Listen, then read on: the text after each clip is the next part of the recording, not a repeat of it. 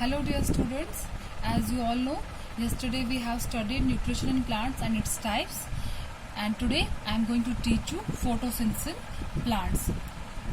Photosynthesis is a Greek word and it's divided into two parts. One is photo, other is synthesis. Photo means light, synthesis means to combine. So photosynthesis is a process by which green plants prepare their own food in the presence of sunlight and chlorophyll with the help of carbon dioxide and water. So photo का मतलब होता है light, synthesis का मतलब होता है to combine.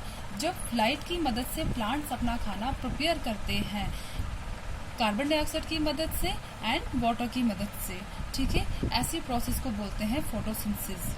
Okay, here in this equation you can see when carbon dioxide combines with water it gives C6H12O6, that is glucose, and releases oxygen and a lot of energy, but in the presence of sunlight and chlorophyll.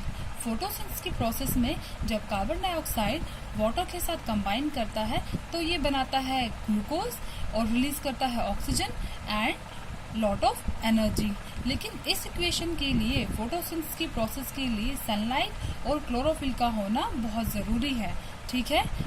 Then these are the raw materials which are used by the plants to prepare their own food. One is chlorophyll, second is sunlight, third water, and fourth carbon dioxide. Okay. Then next is process of photosynthesis in plants. Plants के अंदर photosynthesis की process कैसे होती है? Plants need sunlight, carbon dioxide from air, and water from soil to prepare their own food. Photosynthesis takes place in the leaves of a plant. जैसा कि आप सब लोग जानते हैं, प्लांट्स के लिए सनलाइट का होना बहुत ज़रूरी है, जो वो सन से लेते हैं, और कार्बन डाइऑक्साइड उन्हें एयर से मिलता है क्योंकि कार्बन डाइऑक्साइड जो है ये गैस है, and water from soil, water वो सॉइल से लेते हैं जिससे प्लांट्स अपना खाना तैयार करते हैं. और फोटोसिंथेसिस की प्रोसेस जो है ये प्लांट के लीव्स में होती है. As you all know, leaves are the food factories of a plant. Leaves जो है प्लांट्स की फूड फैक्ट्रीज भी कहा जाता है क्योंकि प्लांट्स में लीव्स फूड जो है वो लीव्स के अंदर ही सिंथेसाइज होता है, ठीक है. आगे बढ़ने से पहले हम लोग जो है एक नज़र इस डायग्राम की ओर देते हैं. यहाँ मैंने एक लीफ ड्रॉ किया हुआ है जहाँ पर आप देख सकते हो लीफ ग्रीन इन कलर होता है, जो जिसे हम क्लोरोफिल कहते हैं, और जो बीच वाला पोर्शन जो होता है इसे मिडरिप कहते हैं, और जो हमारा ये लीफ का जो ये ओवरऑल सरफेस है इसे लैमिना कहते हैं, और नीचे जो स्टाक होती है लीफ की इसे पेटियोल कहते हैं, ठीक है.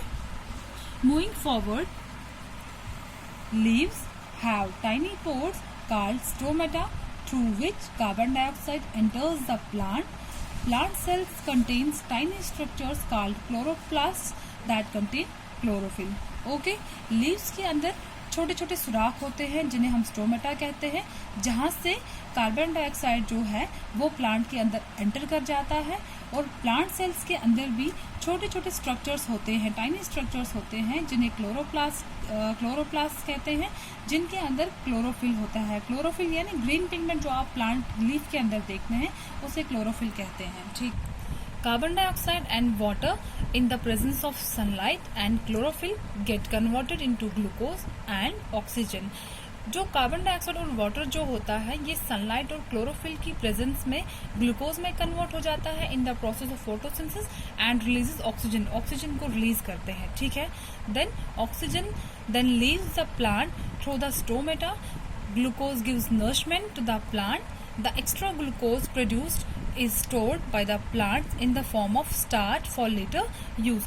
ऑक्सीजन जो प्लांट को छोड़ देता है वहां से निकल जाता है एंड स्टोमेटा के थ्रू निकल जाता है, और उसके बाद जो ग्लूकोज होता है उसका काम होता है प्लांट को नरिशमेंट देना, न्यूट्रिशन देना, ठीक है.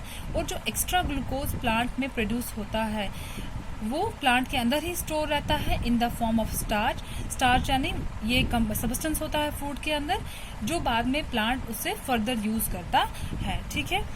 तो फोटोसिंथेसिस की प्रोसेस को समझने के लिए अगर आप देखेंगे यहाँ मैंने एक पिक्चर ड्रॉ की है जिसमें मैंने एक लीफ बनाया हुआ है, और ये छोटा सा टाइनी पोर है, दिस इज स्टोमेटा.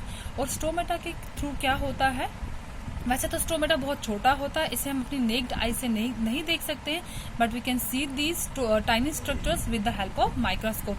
हम माइक्रोस्कोप की मदद से हम इस स्टोमेटा, इन टाइनी पोर्स, इन स्टोमेटा को देख सकते हैं। और इन्हीं स्टोमेटा के थ्रू, इन्हीं टाइनी पोर्स के थ्रू जो है गैसेस एक्सचेंज हो जाते हैं, कार्बन डाइऑक्साइड एंटर होता है और ऑक्सीजन रिलीज होता है। ठीक है, अगर आप यहाँ देखेंगे, यहाँ पे मैंने एक पिक्चर ड्रॉ की है जहाँ पर मैंने एक ओपन स्टोमेटा दिखाया है और एक क्लोज स्टोमेटा दिखाया है। ठीक है, ओपन स्टोमेटा के थ्रू कार्बन डाइऑक्साइड एंटर करता है और क्लोज स्टोमेटा के थ्रू ऑक्सीजन जो है रिलीज हो जाता है और थोड़ा सा ये वाटर भी रिलीज करते हैं। ठीक है, उसके बाद नीचे मैंने एक सेपरेटली ओपन स्टोमेटा बनाया है और एक क्लोज स्टोमेटा बनाया है।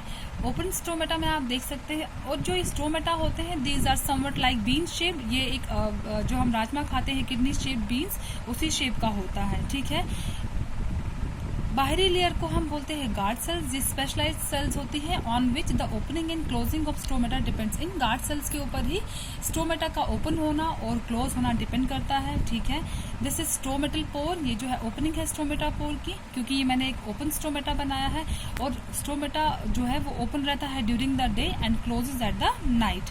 ठीक है, दिस इज न्यूक्लियस। न्यूक्लियस का काम होता है to maintain all the functions of the cell, जैसे कि ग्रोथ जो होती है उनको उनकी उन एक्टिविटीज को देखना। उसके बाद है क्लोज स्टोमेटा। क्लोज स्टोमेटा में भी ऐसे ही गॉड सेल्स होते हैं, न्यूक्लियस होते हैं, क्लोरोप्लास्ट होते हैं और ये क्लोरोप्लास्ट जो है ग्रीन पिगमेंट देते हैं, दैट इज क्लोरोफिल। तो ये था हमारा आज का topic, that is photosynthesis plants. हम फिर मिलेंगे अपनी नई टर्न में एक नेक्स्ट टॉपिक के साथ। Take care and bye bye.